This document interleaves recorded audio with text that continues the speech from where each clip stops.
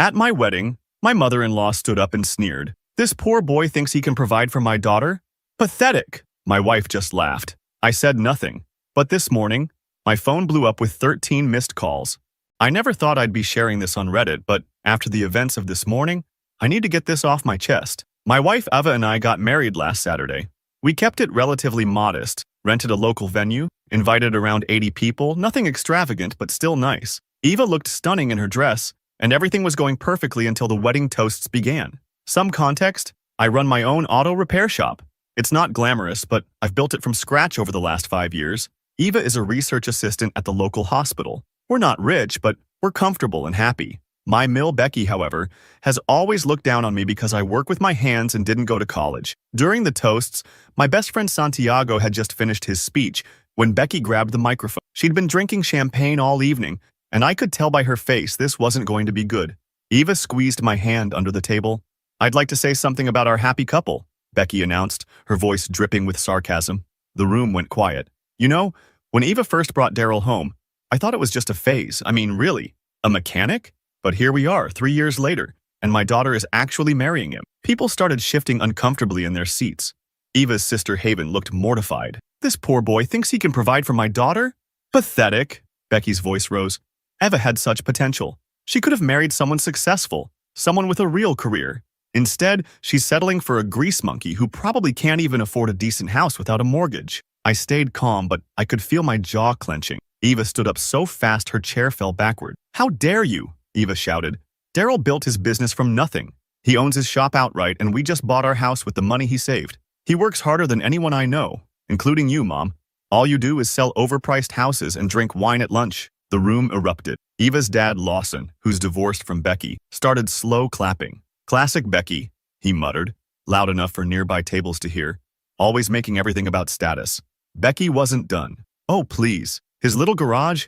I drove past it yesterday. Barely any cars there. Probably because people in town know better than to trust their vehicles to someone who learned from YouTube videos instead of proper schooling." That's when I noticed something odd. Several guests were looking at their phones, whispering. Santiago caught my eye and mouthed, "Check your phone." I had 13 missed calls, all from different clients, all within the last hour. "You want to talk about my business, Becky?" I stood up slowly, my voice steady. "Funny you should mention it being empty yesterday. Know why? Because we were closed for my wedding weekend. But since you brought it up, how many of my customers have you been talking to? Because suddenly they are all calling me about concerns. They've supposedly heard about my work." Becky's face went white. Brittany, her best friend and real estate partner, suddenly found her plate very interesting. Ava was scrolling through her phone now, her face getting redder by the second. "Mom, why are there posts in the neighborhood Facebook group questioning Daryl's certification? Posts from your account?" I was just trying to protect you," Becky stammered.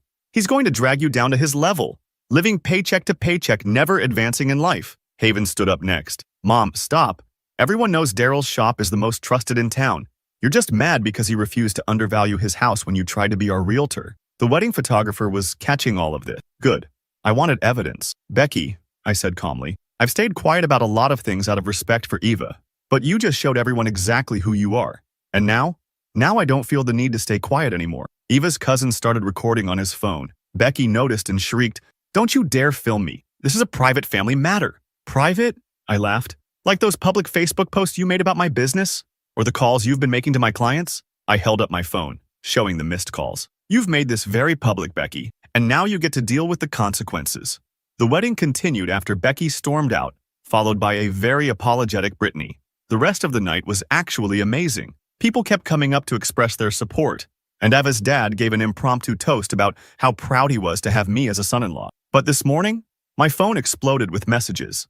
Turns out Becky's been busy for weeks, systematically contacting my clients with concerns about my business. She even tried to get my shop's certification reviewed by making false complaints. The thing is, she has no idea what she started. I've built my reputation through hard work and honesty. She built hers through fake smiles and social climbing. Let's see which one lasts longer. Eva's fully on board with what I'm planning. After seeing those Facebook posts, she said, "Destroy her, babe. I'll help.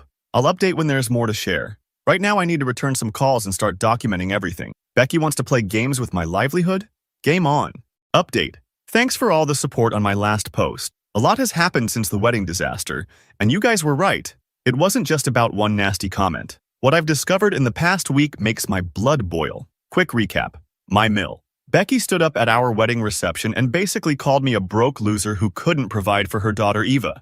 I stayed quiet then, but my phone blew up with calls afterward. Well, now I know why. So yesterday, I'm at my office going through some emails when my friend Santiago walks in. He looks uncomfortable, which is weird because this guy's usually the most laid-back person I know. He sits down and says, "Bro, we need to talk about your mother-in-law." Turns out Becky's been going around town telling everyone my business is failing. But that's not even the worst part. She's been actively contacting my clients, warning them about financial irregularities in my company. Santiago heard it from his cousin who was about to sign a contract with us but backed out last minute.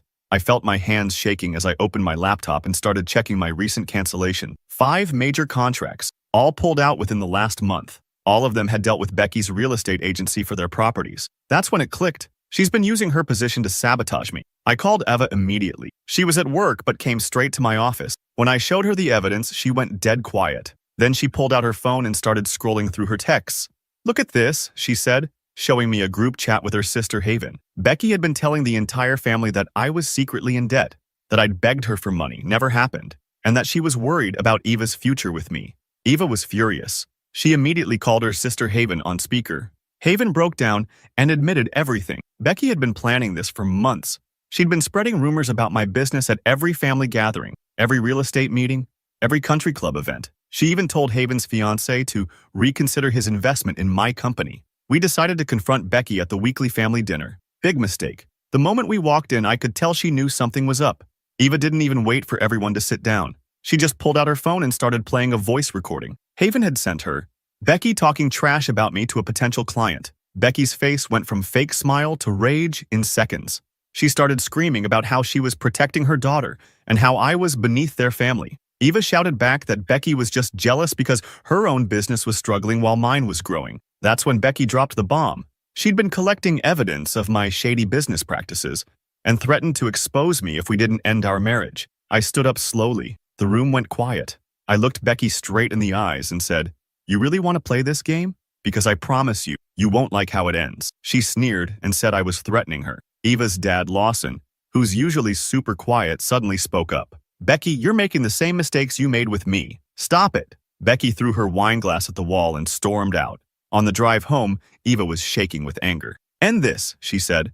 "End her whole career if you have to. I'm done with her games."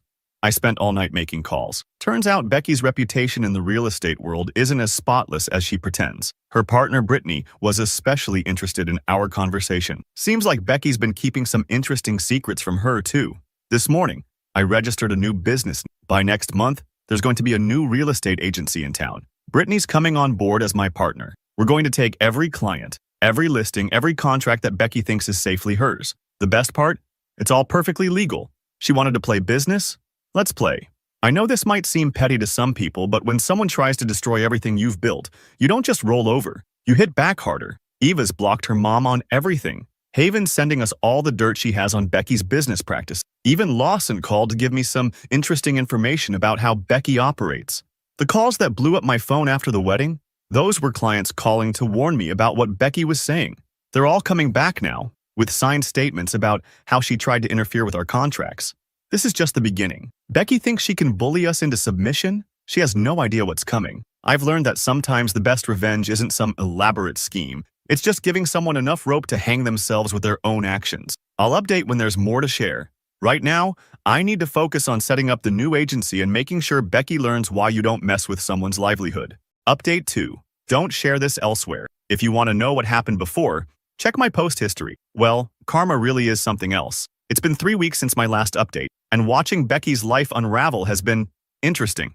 I promised Eva I wouldn't do anything illegal, and I haven't. I didn't need to.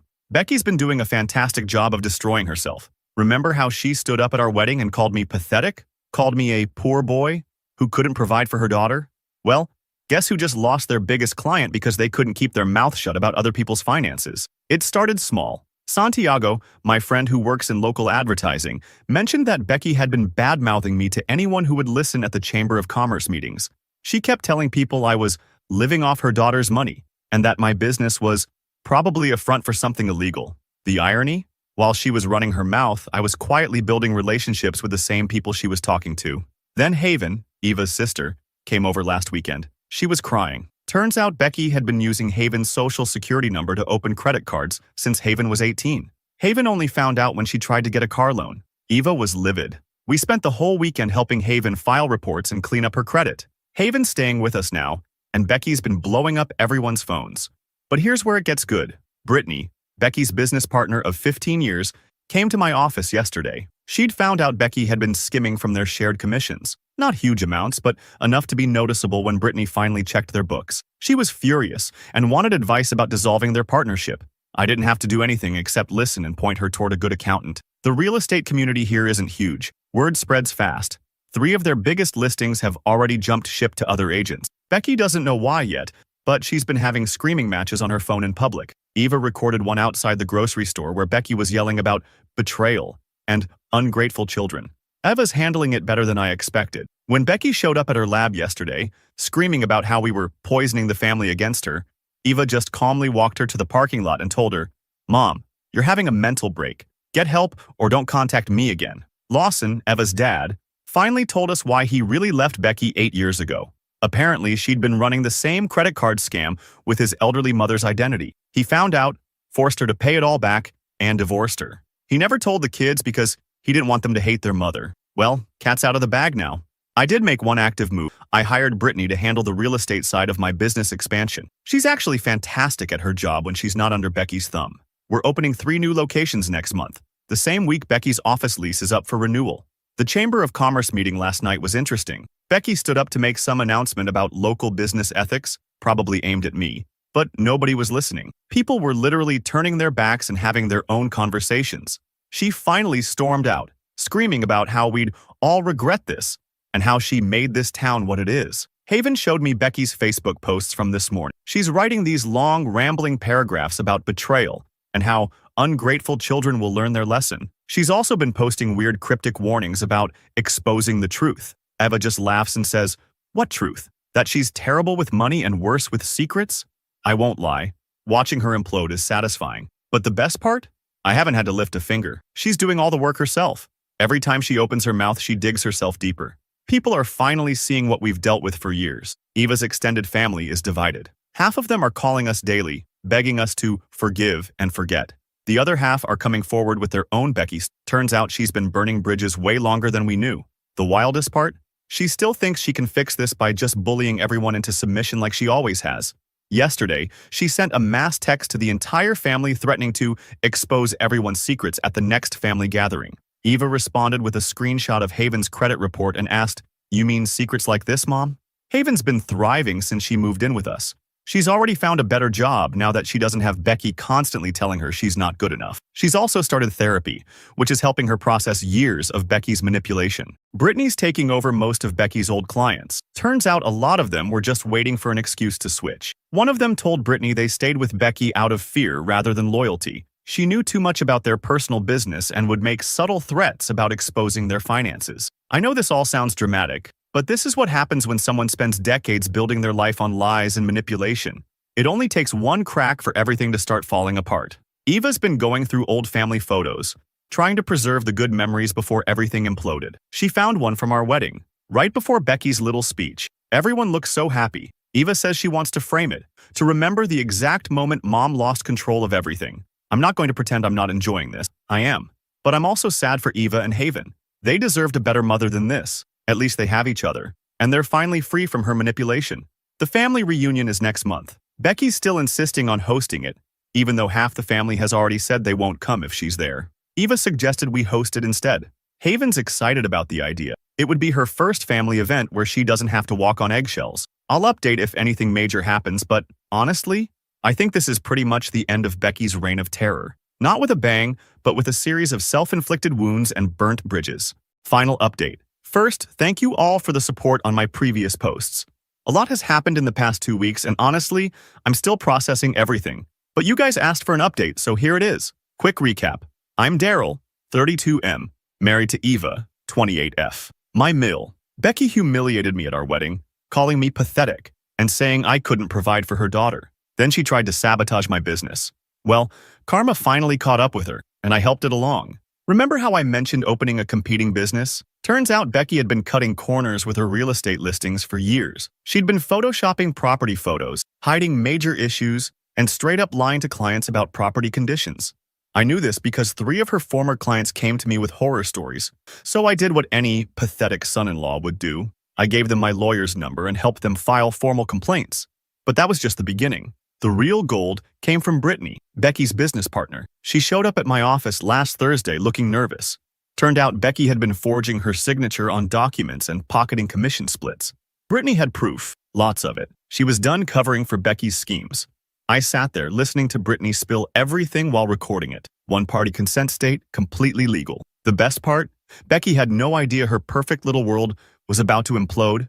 Eva's sister Haven called the next day. She was in tears, saying Becky had been bad-mouthing me to every potential client in our area, telling them I was running a scam business. Haven had screenshots of texts where Becky literally told people not to work with me because I was under investigation. I wasn't. That was the last straw. I compiled everything. The forged documents, the client complaints, the text screenshots, Brittany's statement, and emailed it all to every real estate agent in Becky's network. CC'd the state licensing board too. Then I waited. It took exactly 47 minutes for my phone to explode. Becky burst into my office around noon, screaming about how I was trying to destroy her. The whole building could hear her. I just sat there, smiling, remembering her words at my wedding. When she finally ran out of steam, I played the recording from my wedding speech. You know, the one where she called me pathetic? Quite the performance, Becky, I said. Almost as good as today's. She went pale. You set me up. I leaned forward. No, Becky. You did this to yourself. I just made sure everyone saw who you really are. That's when Eva walked in. Perfect timing, as always. She'd brought lunch, acting surprised to see her mother there. Oh, Mom. I didn't expect to see you here. Having a nice chat with my pathetic husband? Becky turned to Eva, trying to play the victim. Your husband is trying to ruin me. He's turned everyone against me. Eva just laughed. That same laugh from our wedding. No, Mom, you did that yourself. Every lie, every scheme, every nasty comment about Daryl, that was all you. We just made sure the truth came out. Then Eva dropped the bomb. By the way, Dad called. He saw the email. Says this explains why client complaints kept disappearing when he was still your business partner. He's filing an amended divorce settlement. Becky collapsed into a chair, all the fight draining out of her. You can't do this to me. I'm your mother. Watch me, Eva said. You should have thought about that before you tried to ruin my marriage. The fallout was beautiful. The licensing board launched an investigation. Her reputation, in shambles. Her business, clients fleeing in droves. Her perfect image in the community, shattered. But here's the best part. Haven finally stood up to her too. Told Becky she was moving in with us while she finishes college. Becky lost it, screaming about family loyalty. Haven just said, yeah, Mom, family loyalty. Like when you tried to destroy my sister's marriage? It's been 2 weeks. Becky's license is suspended, pending investigation. Her business partner Brittany took half their clients. The other half? They're coming to me. Turns out being pathetic doesn't matter when you run an honest business. Eva's dad Lawson called yesterday. He was laughing. I always knew someone would expose her eventually, he said. I just didn't think it would be my son-in-law. Good job, kid. The icing on the cake, Becky's precious country club friends got the email too. She's been asked to take a break from their weekly gatherings. Apparently, they don't want to associate with someone under investigation. Last night, Eva and I celebrated with takeout and wine on our back porch. Haven joined us, finally relaxed after years of walking on eggshells around her mother. She asked if we felt bad about what happened to Becky. Eva looked at me, then at Haven. Mom made her choices. She chose to be cruel, to lie, to hurt people. Now she's facing the consequences. That's not our fault. I couldn't have said it better myself. So here we are. My business is thriving. Iva's research is going great. Haven is flourishing away from her mother's influence. And Becky? Well, she's learning that karma hits harder when you help it along. To everyone who said I should have confronted her at the wedding, this was better. Much better.